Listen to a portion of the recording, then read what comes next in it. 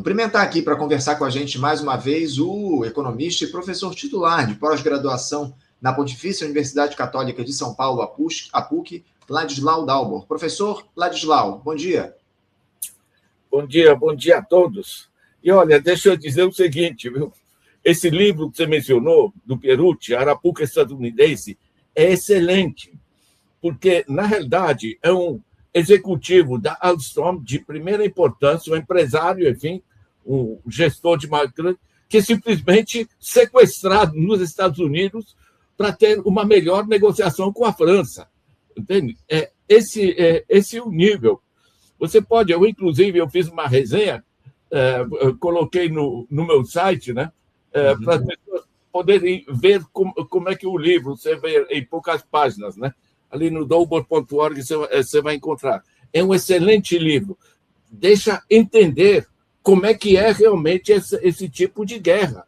Lembra que eles sequestraram praticamente a executiva da Huawei, da China, também para negociar com força. Agora estão fazendo outras coisas. Esse é o nível da política internacional dos Estados Unidos. Agora, quando eles encontram no Brasil um cachorrinho disposto a abanar o rabinho para os Estados Unidos se apropriar de espaço no Brasil, eles acham uma maravilha. Esse é o nível. Professor, eu li a sua resenha do livro, não por acaso eu trouxe o senhor aqui, eu fiz o anúncio do livro um pouquinho antes do senhor entrar, justamente para que o senhor pudesse falar um pouco a respeito do livro, para as pessoas, enfim, adquirirem. É uma obra fundamental, de fato, para mostrar a que ponto chega a tentativa de intervenção dos Estados Unidos em uma série de setores da economia para obterem vantagens acima de tudo. Eu quero agradecer muito a sua fala aqui a respeito do livro, a sua presença também aqui no nosso programa, para a gente falar, além, obviamente, do livro, mas sobre os temas importantes da economia no Brasil e no mundo. Porque, mais uma vez, eu costumo dizer aqui, a economia ela segue sendo o calcanhar de Aquiles dos incumbentes em busca de reeleição quando a gente fala do processo eleitoral. Porque, apesar de a gente ter indicadores favoráveis no Brasil, na economia, como emprego, inflação, o governo Lula ele vem enfrentando uma série de problemas com esse cenário de superendividamento das famílias, também essa questão agora do preço do óleo diesel, que afeta diretamente a inflação, enfim, e a atual gestão vem tentando ali, na medida do possível, agir para resolver esses problemas e recuperar a popularidade perdida ao longo dos últimos meses. Primeiro, professor, eu gostaria de deixar o senhor à vontade para só dar um diagnóstico para nós a respeito da origem desse grave quadro de endividamento que a gente enfrenta no Brasil. Porque o discurso dentro da esquerda é de que isso se dá por conta dos juros astronômicos praticados pelo mercado financeiro. O senhor tem o mesmo entendimento? O problema é apenas os juros altos? E por que a gestão Lula ela não vai na raiz do problema para resolver essa questão, não questiona, acima de tudo, esse processo de juros? Como é que o senhor vê esse quadro de superendividamento das famílias atualmente? Deixa eu dizer que, para já, esse sistema é estudado no nível mundial. Tá? Saiu agora um estudo sobre 142 países em desenvolvimento, lembrando que na ONU são 193 países no mundo, certo? 142 países estão no nível de endividamento externo, internacional, no nível que 42% dos seus orçamentos, em vez de financiar a educação, saúde, etc., são usados para pagar juros sobre a dívida externa. E é só o juro, tá? Porque o estoque da dívida continua. Com isso, eles paralisam todos os investimentos que são tão necessários para a parte mais pobre do mundo. Tá? Isso se chama internacionalmente agora financiarização. Estão ganhando rios de dinheiro simplesmente endividando o mundo. Tá? Agora, a dimensão Brasil dessa dinâmica é particularmente grave, tá? Porque é um conjunto. Você pega a taxa Selic, 14,75%, isso quer dizer simplesmente o seguinte, qualquer bilionário, tá? Lembrando que o Lehman, esse aí das lojas americanas, tem 88 bilhões. Agora, se um cara coloca $1 bilhãozinho só na taxa Selic, certo? São praticamente 150 milhões que ele vai ganhar no fim do ano de mão no bolso, simplesmente um desvio dos nossos impostos. Certo? Esse desvio dos nossos impostos está atingindo mais ou menos 1 trilhão de reais. 1 trilhão de reais é 7 vezes o Bolsa Família. Esse é o nível. Portanto, um conjunto de coisas que vão para a população, sob forma de saúde, de políticas ambientais, de financiamento da educação, etc., são desviados para esses grupos. Ou seja, é uma forma já de atingir o conjunto da população, certo? Porque atinge o que a gente chama de salário indireto, né? Um conjunto das coisas, enfim, parque, a saúde, etc., né? Em outro nível, aqui são 1 trilhão, tá? 10% do PIB. Em outro nível, você tem o endividamento das famílias. Endividamento das famílias direto, tá? A taxa média de juros que o Banco Central me apresenta agora, para pessoa física, portanto, famílias, é 62%. Tá? Vocês podem entrar em estatísticas monetárias e de crédito no Banco Central, vocês vão ver esse número, tabelinha direitinho e tal. Né? Isso é importante porque a gente tem tanta gente jogando coisas assim que a gente tem que mostrar, tá? Para que você possa checar. 62%. Tá? Na França, é entre 4% e 6% ao ano. Aqui apresento esse juro ao mês, então fica parecido com os juros internacionais. Esse é o nível da fraude. Tá? Agora, você pega o estoque de dívida das famílias. Tá? Nós temos 80 milhões de adultos que estão atolados em dívida, dos quais 1/3 praticamente está negativado simplesmente, enfim, perde o seu direito de uso de um conjunto de acesso ao sistema financeiro, certo? São 80 milhões de adultos, um pouco mais da metade dos adultos. Isso aí paralisa a economia, entende? Porque no Brasil, em vez das pessoas fazerem compras, o que aumenta a demanda, as empresas têm para quem vender, você gera mais emprego, você dinamiza a economia pela base, a demanda popular é o motor mais forte da economia. Certo? Aqui não, as famílias estão desviando cerca de 30% dos seus recursos para pagar juros. Certo? Isso vai para os grandes bancos, vai para a Faria Lima, etc. Entende? Então, isso não só atola as famílias em dívidas, como paralisa a economia, é um peso, né, agarrado ali nas nossas pernas. Né? Você pega num terceiro nível, você tem os juros sobre pessoa jurídica. Tá na média de 26% agora, na China é 2% ao ano, tá? Na Europa está entre 3% e 4% ao ano. O juro imobiliário, eu vi no metrô em Paris, até fotografei, tá? 0,9% ao ano. Esse é o nível. Tá? Quando você pega essa taxa de juros, você paralisa a economia. Isso não é complicado de entender. Você se põe na mão de um empresário que poderia abrir uma fábrica de sapatos, sei lá, produzir coisa útil. Tá? Ele tem 5 milhões, ele pensa o seguinte, bom, primeiro, se eu precisar de um complemento de financiamento, pagar 26% de juros, esquece, certo? Segundo, as famílias não estão comprando, né? Eu vi um empresário, uma entrevista no Estadão, o empresário dizendo, está mais barato eu contratar, mas para que eu vou contratar se eu não tenho para quem vender? Porque você tem um mercado fraco. E terceiro, ele tem a opção de simplesmente comprar títulos do governo, está pagando 14,75, de mão no bolso, está ganhando dinheiro num desvio dos nossos impostos. Esse é o sistema. Se você acrescentar que nós temos a evasão fiscal, representa cerca de 6% do PIB, tá? Eu não faço evasão fiscal, sou professor, me deduzem na fonte. Quem faz evasão fiscal? O pessoal de cima, Faria Lima, os grandes bancos, as grandes famílias ricas, os lemas da vida, etc. Certo? Isso se acrescenta, né? Os 10% do PIB que são desviados na taxa Selic, os 10% do PIB no atolamento das pessoas físicas, das famílias, os 5% do PIB que é desviado através dos juros, essencialmente sobre pequena e média empresa, certo? Porque as grandes empresas pegam a 3% no mercado internacional, 3% ao ano. certo? Você acrescenta os 6% de evasão fiscal, acrescente a fragilidade, por exemplo, sobre as grandes fortunas, está na Constituição, mas está parado na Constituição, certo? As grandes fortunas não pagam. Gente, isso virou uma mamata absolutamente atroz. Você pode pegar isso aqui, olha, está nas bancas, tá? Nas boas bancas, pelo menos. Os 300 bilionários brasileiros. Esse é o nível. Tá? Você vai ter aqui, em poucas páginas, descrito quem são esses bilionários e o que fazem. Né? Você conta gente que faz alguma coisa, essencialmente sistemas financeiros de dreno.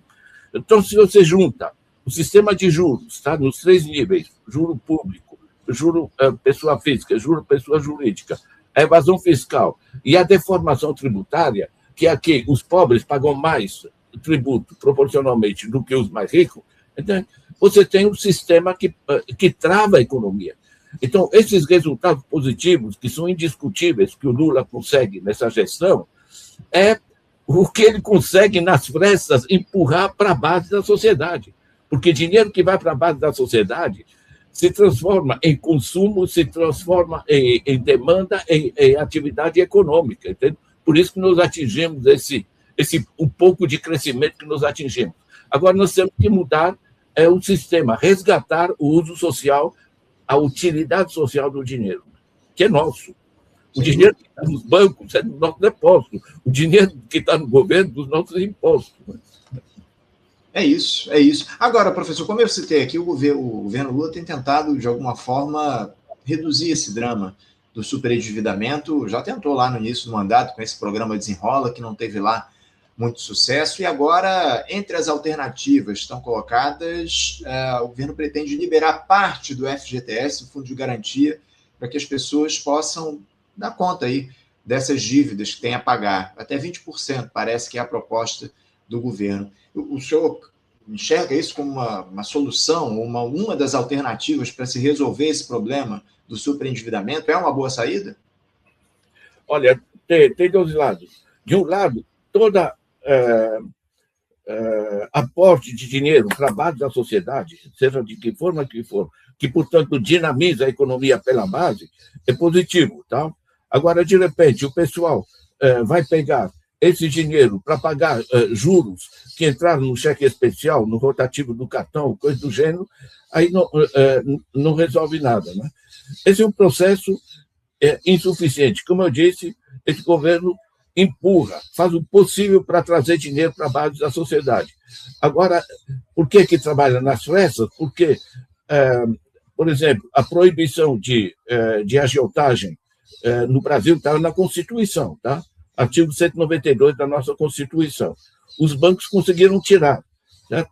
Ou seja, a agiotagem, que é o nível de juros que os bancos praticam, tecnicamente a gente chama de usura, é mais elegante, mas a agiotagem, né, ela simplesmente se instalou porque a lei que proibia foi tirada.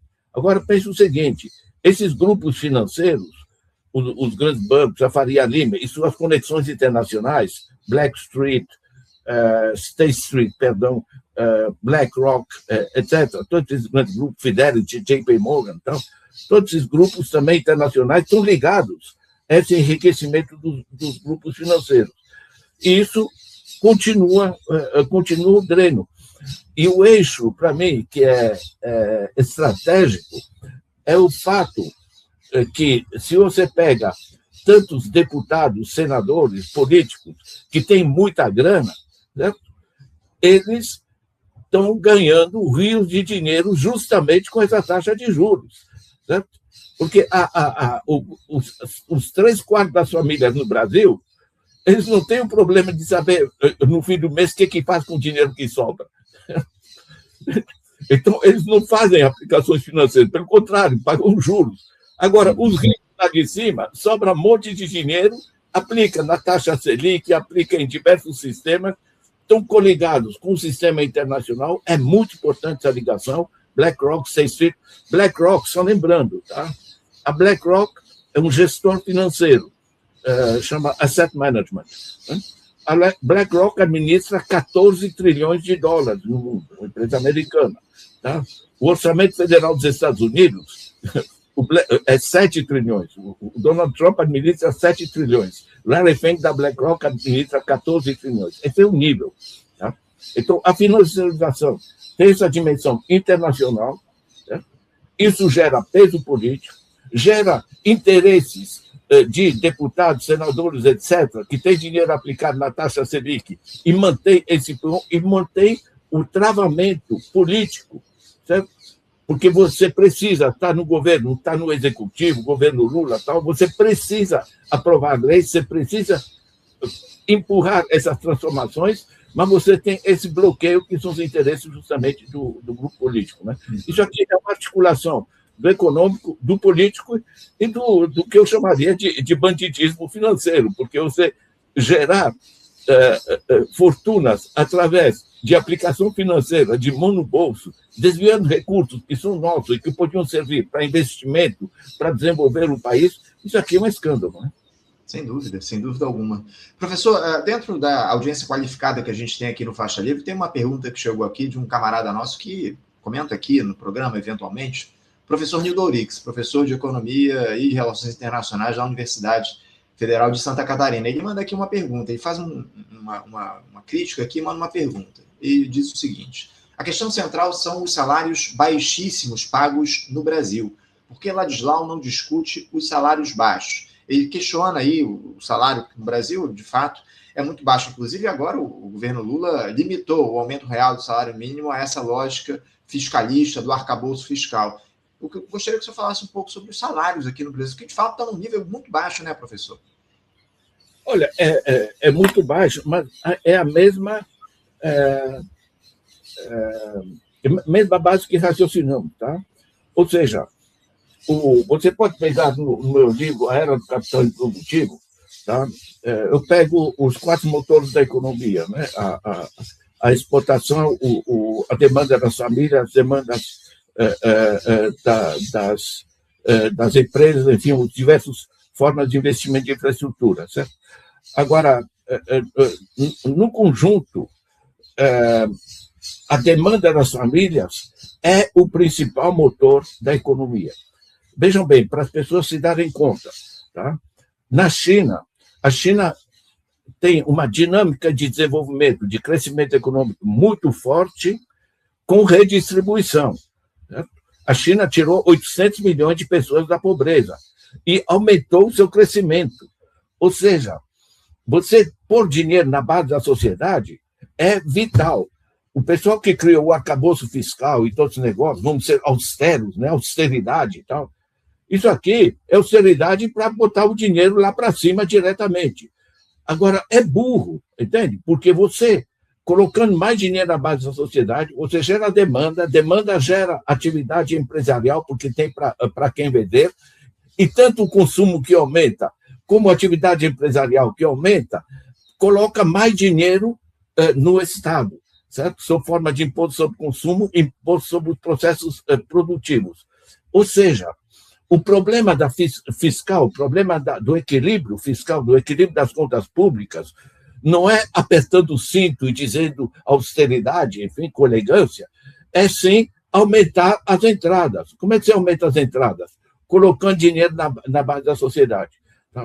Então, todo o sistema que se montou de travar o consumo das famílias, drenando os juros, mantendo os salários baixos, faz parte, professor, da mesma base, né, que trava a economia. Eu volto a dizer, tá? A China, em vez de seguir o nosso primeiro cresce o bolo, ou seja, vamos enriquecer, depois a gente distribui, e esse depois nunca aparece, certo? A China começou direto redistribuindo, porque você aumenta a demanda e a demanda gera o crescimento econômico. De certa maneira, nós temos que assegurar, e para as próximas eleições são muito importantes nesse sentido, digamos que haja um equilíbrio maior das forças progressistas, certo? Para a gente poder começar a reorientar mais dinheiro para a base da sociedade. Não é complicado, tá? Porque o que faz funcionar uma economia é essencialmente a capacidade de demanda na base da sociedade. Você tem para quem vender, você tem como gerar emprego para produzir mais, isso gera mais compra de matéria-prima, mais um conjunto de dinamizações, né? Agora, é muito importante lembrar também que o conforto econômico da família ele depende do dinheiro no bolso, né? Você paga o aluguel, paga o supermercado, etc. Mas pelo menos 1/3 do bem-estar econômico das famílias depende do que a gente chama salário indireto, acesso a bens de consumo público. Certo? Você ter a escola gratuita para o moleque, você tem o SUS, você tem, enfim, um conjunto de políticas ambientais, um conjunto de... Você ter uma rua asfaltada na frente da tua casa, certo? Isso aqui ajuda, né? Não está no teu bolso, mas faz parte do conforto econômico. Ou seja, tanto precisamos, sim, mais salários, mais renda na base da sociedade, reduzir o dreno financeiro e, com o dinheiro economizado, você dinamizar SUS, educação, etc., para dinamizar o conjunto da economia, né? Tanto o dinheiro no bolso como acesso a bens de consumo público. É isso. Professor, eu vou colocar aqui na tela, eu até mostrei esse vídeo ainda há pouco para o Henrique Acker, nosso entrevistado anterior, um vídeo onde o presidente Lula faz um discurso no último final de semana, lá no evento em Barcelona, na Espanha, onde ele faz uma crítica ao neoliberalismo, mas é um vídeo que mostra fundamentalmente as contradições enormes que há na gestão que ele mesmo lidera, o presidente Lula. Vou colocar aqui na tela para o senhor assistir e depois a gente comenta. Vamos assistir. O progressismo não conseguiu superar o pensamento econômico dominante. O projeto neoliberal prometeu prosperidade e entregou fome, desigualdade e insegurança. Provocou crise atrás de crise. Ainda assim, nós sucumbimos à ortodoxia. Temos sido os gerentes das mazelas do neoliberalismo. Governos de esquerda ganham as eleições com discurso de esquerda e praticam austeridade. Abre mão de políticas públicas em nome da governabilidade. Nós nos tornamos o sistema. Por isso, não surpreende agora que o outro lado se apresente como antissistema. O primeiro mandamento para os progressistas tem que ser a coerência. Não podemos nos eleger com um programa e implementar outro. Não podemos trair a confiança do povo, mesmo que boa parte da população não se veja como progressista. Ela quer o que nós propomos. Professor, o presidente Lula faz uma crítica aberta ao neoliberalismo, à austeridade, fala em coerência, em não trair os eleitores, mas a prática é muito diferente. Eu gostaria que o senhor pudesse falar um pouco a respeito desse vídeo, dessas críticas que o presidente faz, que na minha avaliação são absolutamente pertinentes e necessárias. O problema é que a gestão dele vai num caminho absolutamente oposto, né? Olha, não é absolutamente oposto. Como eu disse, o Lula batalha, e o Haddad, enfim, batalham pelas frestas, digamos, assegurar o máximo. O travamento é político, tá? Esse é o problema. Essa é a arapuca, tá?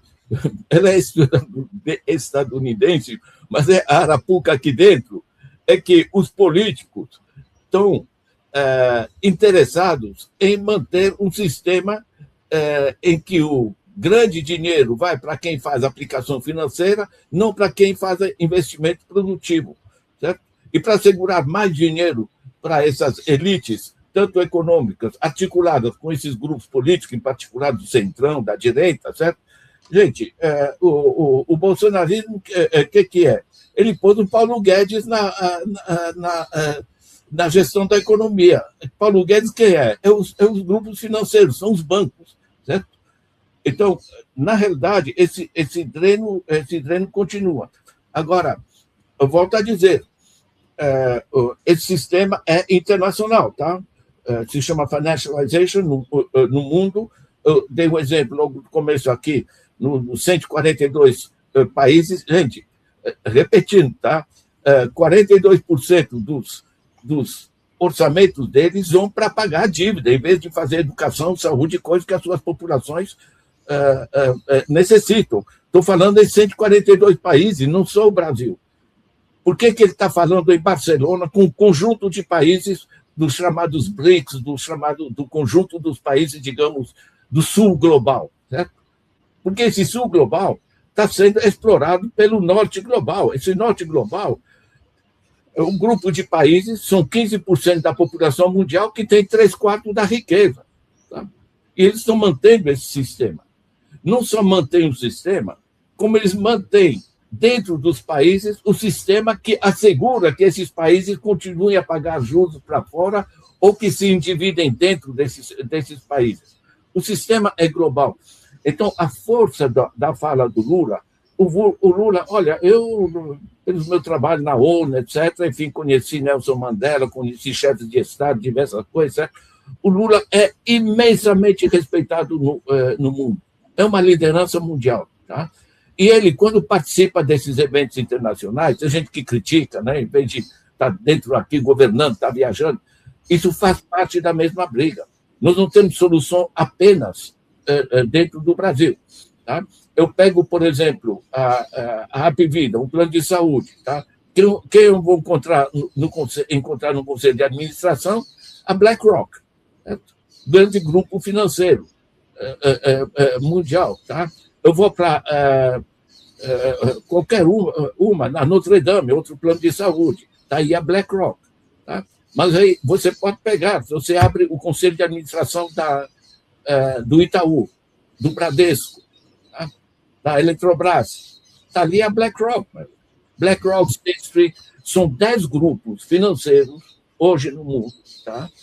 Eles administram 50 trilhões de dólares, são dados de 2022. 50 trilhões de dólares em 2022 é metade 50% do PIB mundial. Tá? Esse é o nível. Tá? Agora, é evidente que a transformação ela é necessária internamente e, para isso, é vital que a gente tire, digamos, a força ou reduza a força dos grupos financeiros, certo? E volte a financiar o consumo e as atividades produtivas, como é vital a gente desenvolver essa frente, que através do BRICS, através do novo Banco de Desenvolvimento, através de um conjunto de alianças com a China, por exemplo, esse processo possa adquirir força. Essa arapuca da financiarização, ela é a característica central do neoliberalismo. Tá? Então, quando o Lula define com tanta força, com tantas presenças importantes nessa reunião de Barcelona, né? Eu fiquei muito emocionado com o discurso dele, é poderoso. Tá? Enfim, esse é o eixo. Tá? A gente entender essa dinâmica, eu gostaria muito que vocês peguem, por exemplo, eu pus no meu site e no YouTube, Entenda a Economia em 15 minutos. Tá? 15 minutos dá para falar muita coisa, e um negócio técnico bem preparado. Como é que funciona essa arapuca? Certo? Você pode pegar. Olha, eu já estou com mais de 1 milhão de acessos nesse vídeo. Tá? Não tem gatinho, cachorrinho, nem nada. É compreender a dinâmica. Uhum. Não tenha dúvida que esse discurso do presidente Lula é importante, emociona, enfim. O problema é que a prática política dele aqui no Brasil é muito diferente, até porque quem propôs o arcabouço fiscal foi o próprio governo Lula, foi o Fernando Haddad no Ministério. A gente sabe muito bem que ele tenta trabalhar, como o senhor muito bem colocou, nas franjas, de toda essa pressão que há do mercado financeiro sobre a institucionalidade, enfim. Mas a gente sempre cobra aqui no programa uma ação mais efetiva do Lula, justamente, inclusive, dele, como grande principal liderança popular aqui no nosso país, de fazer um discurso mais combativo, acima de tudo, eu tenho colocado muito aqui no programa a necessidade do Lula fazer discurso em rede nacional de rádio e TV semanalmente, para ele denunciar tudo o que acontece, enfim, mas ele não se utiliza da institucionalidade, das ferramentas que a institucionalidade oferece a ele, para, de alguma forma, até oferecer educação política para as pessoas. É uma crítica que eu sempre faço aqui no nosso programa. Mas eu queria avançar aqui, professor, falar um pouco mais a respeito de um outro tema, que também está no debate público ao longo desses últimos tempos, e eu até disse aqui na entrevista com o Henrique Archer há pouco, que eu considero essa a bala de prata que o governo Lula tem para conquistar popularidade e avançar nessa disputa eleitoral contra o Bolsonaro que a gente vai ter agora no mês de outubro. Esse fim da escala 6x1, ontem, a Comissão de Constituição e Justiça da Câmara aprovou por unanimidade a constitucionalidade das duas PECs que estão lá em curso estão tramitando no Congresso Nacional. Enfim, agora o texto vai ser discutido numa comissão especial. Só que a gente percebe que há, obviamente, muita pressão por parte de setores da economia no Congresso para que esse tema não seja aprovado. O empresariado fala que não, os efeitos vão impedir, os efeitos dessa aprovação do fim da escala 6x1 vão quebrar muitas empresas, enfim.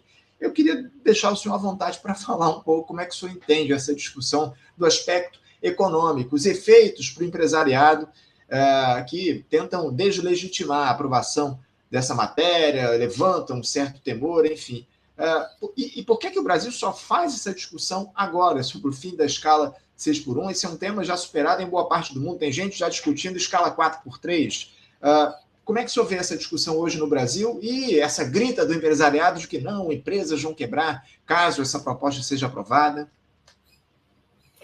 Olha, isso aqui tem uma base, você pode escutar, por exemplo, Elon Musk, que não é muito progressista, digamos assim. Ele diz uma coisa óbvia. Com o progresso tecnológico, cada vez mais a tecnologia substituindo o trabalho, é evidente que a gente vai evoluir para um tipo de ele não chama de Bolsa Família, mas, enfim, de ajuda financeira direto e para a redução do tempo de trabalho. Certo? Se vocês pegam John Maynard Keynes, tá? Keynes, nos anos 30, ele escreveu uma carta para os seus netos, ou seja, mais ou menos para nós. Enfim. Ele dizia, com os avanços tecnológicos, os meus netos poderão trabalhar 15 horas por semana e será suficiente para assegurar o necessário para todo mundo. Tá? Isso é muito importante, porque é o seguinte, veja bem, o que a gente produz no mundo, tá? A gente trabalha com dólares equivalentes de poder de compra. Tá? O Fundo Monetário Internacional, o FMI, me dá os dados para 2026, portanto, para este ano, nós vamos ter um PIB mundial de 219 trilhões de dólares. Sabe o que é isso? O que a gente produz hoje de bens e serviços é equivalente a 45 mil reais por mês por família de 4 pessoas. O que a gente produz, o PIB mundial, que a gente produz de bens e serviços, dá o equivalente a 9 mil dólares, 45 mil reais por mês por família de 4 pessoas. Ou seja, nosso problema não é a produção, nosso problema é a distribuição. Certo? Nosso problema é evidentemente, a desigualdade.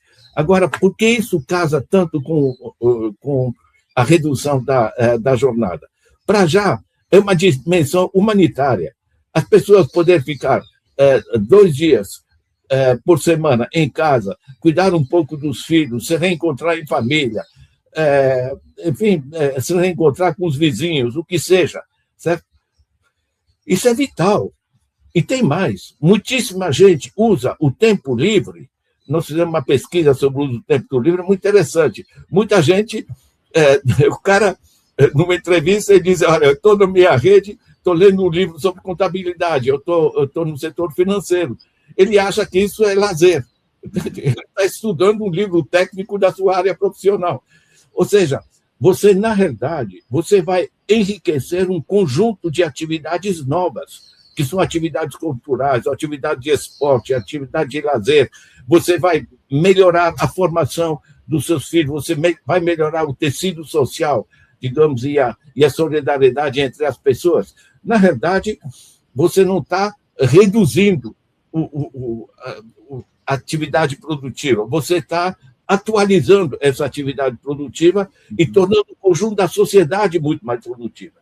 Então, quando eu vejo na Dinamarca hoje, empresas trabalhando com 28 horas semanais, certo? Na Alemanha, com 30 horas semanais, grandes empresas, tá? Na França, a França produziu um estudo muito interessante, né?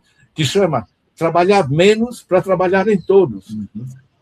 Você reduz o horário para você distribuir entre mais gente, certo? E você assegura o acesso ao trabalho. Né? A Índia montou um sistema muito interessante. Todo município é obrigado a assegurar a qualquer pessoa adulta um mínimo de 100 dias de trabalho remunerado ao ano. Certo? pagando com um tipo de salário básico. Ou seja, interessa ao município. Você sabe, pega um negócio óbvio. Eu vou para a Imperatriz, meu pai está enterrado lá, então de vez em quando eu vou lá, enfim. Coisa. Imperatriz do Maranhão, né? Uma cidade média, beira do Tocantins ali. Gente, na cidade, um monte de gente parada. Em volta da cidade, um monte de terra parada. Né? Não precisa ser Einstein, né, para pensar alguma coisa. Caramba! Né? Agora, cidades como Piraí, no Rio, certo? Que colocaram um IPTU ampliado sobre a terra periurbana, sabe o que é? O cara tem que pagar imposto sobre essa terra, que eles compram a terra e deixam ela parada, porque está esperando valorizar, né? Aqui vai aparecer uma linha de eletricidade, aqui uma água, coisa assim, está valorizando ele de mão no bolso. Certo?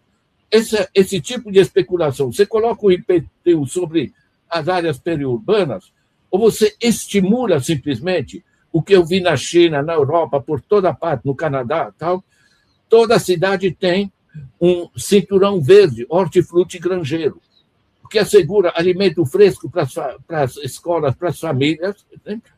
Em vez de pegar porcarias encanadas, essa coisa, gera pequena indústria de acondicionamento, de transformação, gera recursos para o município, gera emprego, caramba, não é misterioso.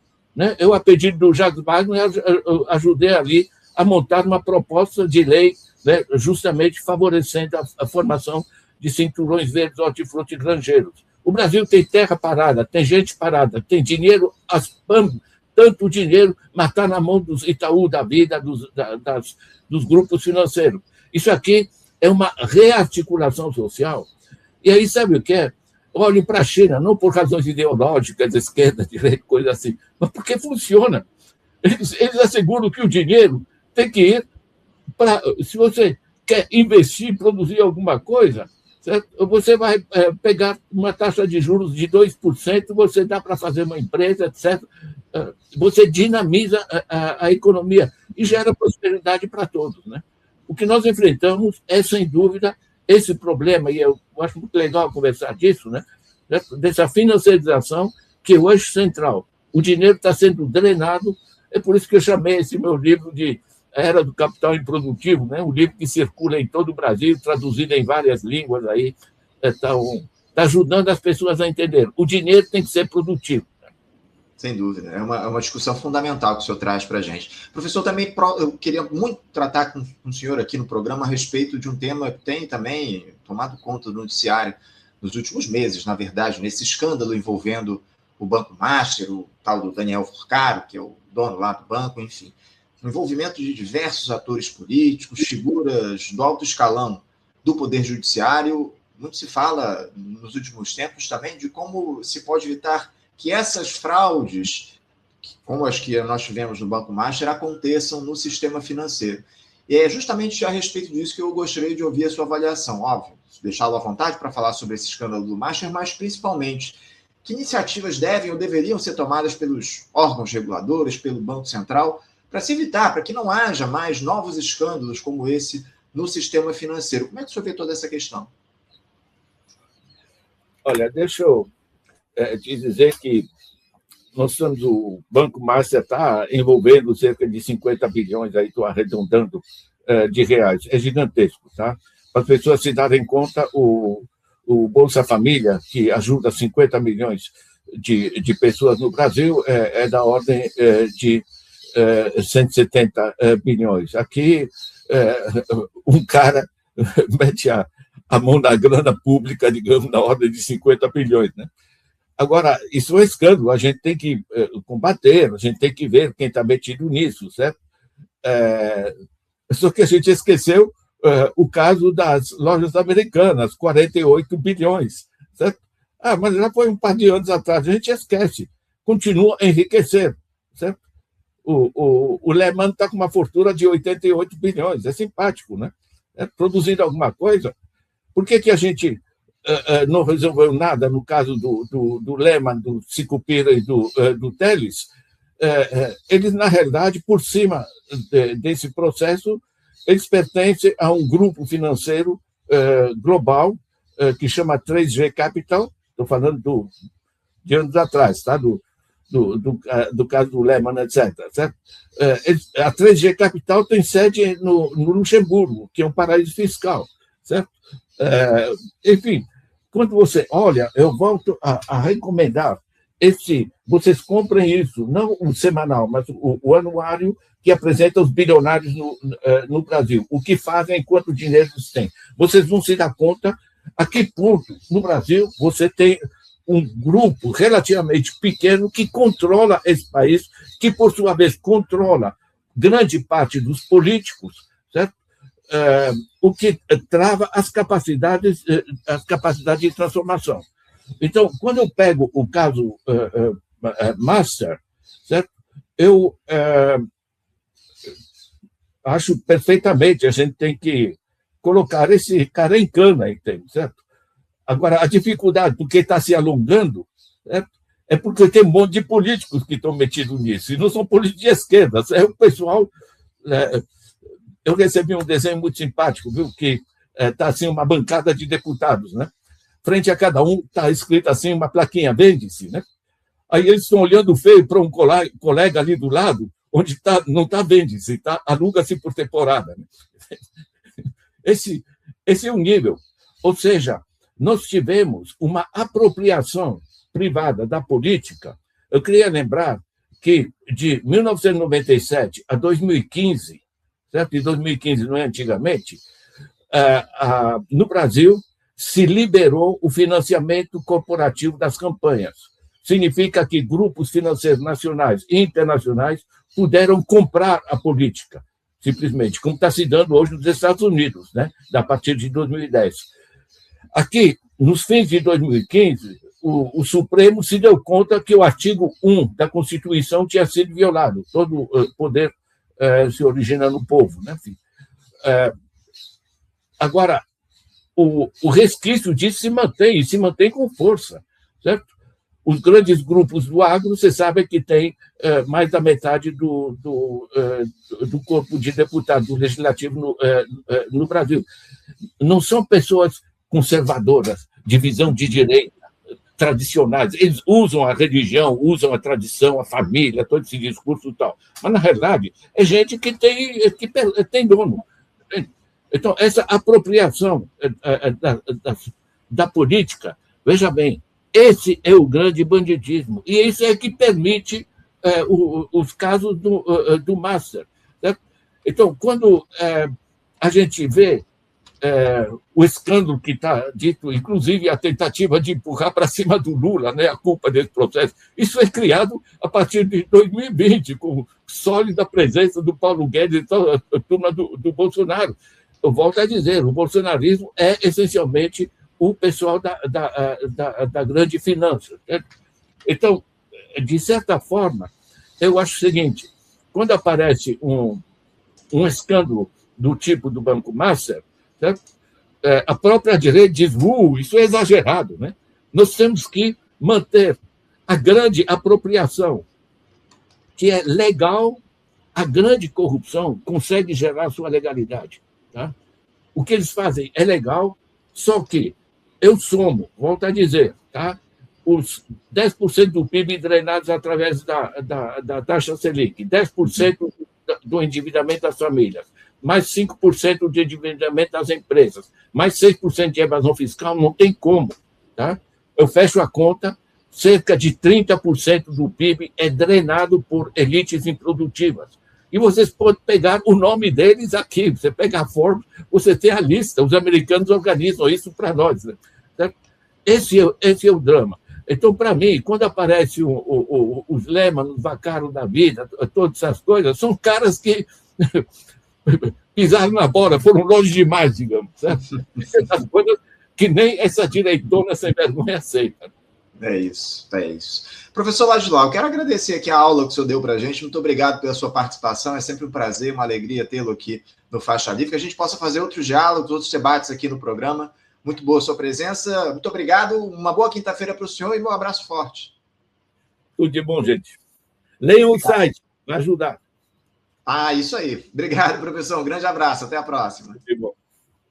Conversamos aqui com o Ladislau Dalbor, professor Ladislau Dalbor, que é economista, professor titular de pós-graduação da Pontifícia Universidade Católica de São Paulo, a PUC, falando sobre temas importantes da economia. Citamos aí essa situação envolvendo o superendividamento das famílias, tratamos também do tema relacionado ao Banco Master, essa fraude aí bilionária relacionada ao banqueiro Daniel Vorcaro, que toma aí boa parte da classe política também, denúncias contra juízes, ministros do Supremo Tribunal Federal, enfim, temas aí importantes relativos à discussão da economia no nosso país.